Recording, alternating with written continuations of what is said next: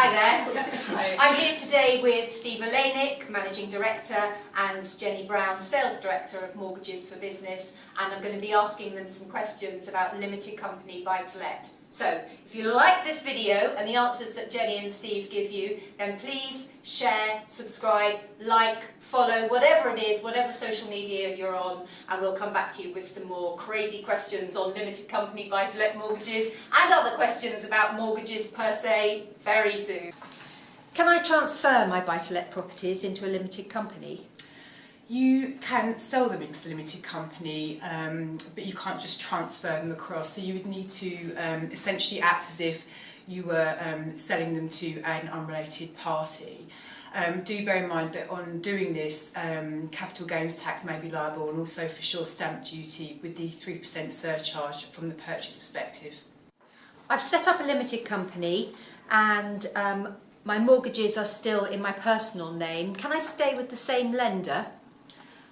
Potentially, yes. It really depends on who your existing lender is. So if the current lender does not lend to limited companies, then there's a very strong likelihood that they wouldn't then allow you to continue to borrow but in a company name. If the lender is indeed one who does lend to limited companies, then there is a chance, and we have seen lenders do this on occasion in the past, where they would allow you to transfer their borrowing into the company name without disrupting the existing arrangement that's in place. But it's not a given that the lender will do that. It's really very much down to their discretion.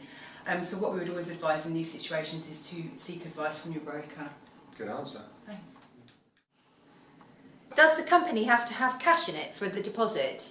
So if you are selling property from your own name into a limited company, then what you can actually do is use the equity in that property by way of a director's loan. So you don't actually have to have physical cash sitting within the company to act as your deposit monies, no. But I would talk to your accountant just to make sure that that's structured properly. Can I borrow more than I currently owe?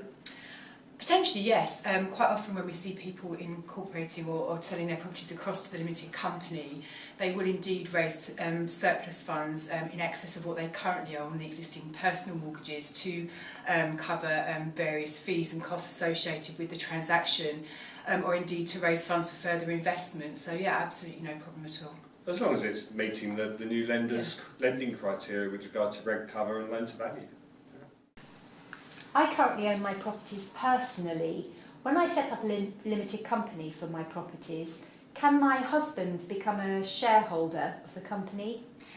Absolutely, yes. So if you have property that you own in your own name, which you're selling across to a company, and you want your husband to join you on the ownership structure, as long as you're also part of the company, that's absolutely fine.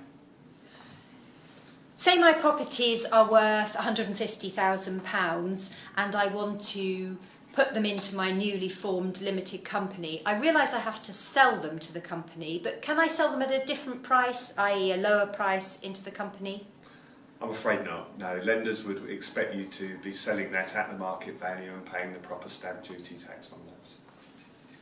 When I'm applying for a buy-to-let mortgage through a limited company, can I do it through a new company, or does the company have to have been trading for a certain amount of time? You can set up a new company, and lenders will look at a new company, assuming it's been purely set up to invest in property.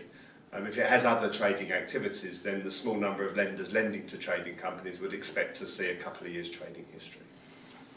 If I have a limited company buy-to-let mortgage, can I have it for all of the properties that I own, or do I have to have separate mortgages for each property? So you mean a single loan secured on a number of properties? Yeah. There are lenders that do that, more commercially minded lenders who will offer portfolio facilities where you do have one loan secured on a number of properties. There are pros and cons to that. So if you've got the single loan, then it's one payment, one set of arrangement fees. You may find that actually better pricing you'll get from having a separate loan per property. But again, take advice from your broker. When I'm borrowing in a limited company, will I have to pay stamp duty when I buy property? Yes, you will, in the majority of cases. And you must remember that you've actually, all limited company purchases will attract that extra 3% surcharge. Just remember that the rules are slightly different in Scotland and Wales. When I sell my personally owned properties to my limited company, will I incur capital gains tax? Again, most likely yes. It would depend on when you bought it and whether you've made a gain on the value of the property since you purchased it. But yes, again, speak to your accountant. There are very rare instances where you may qualify for incorporation relief, where you may be able to get the CGT deferred, but assume that you will have to pay a CGT. Thank you so much for joining us today. We really do hope you found the video helpful. Thank you. Information is available on our website, www.mortgagesforbusiness.co.uk. Alternatively, you are incredibly welcome just to give one of our advisors a call on the number here. Thanks.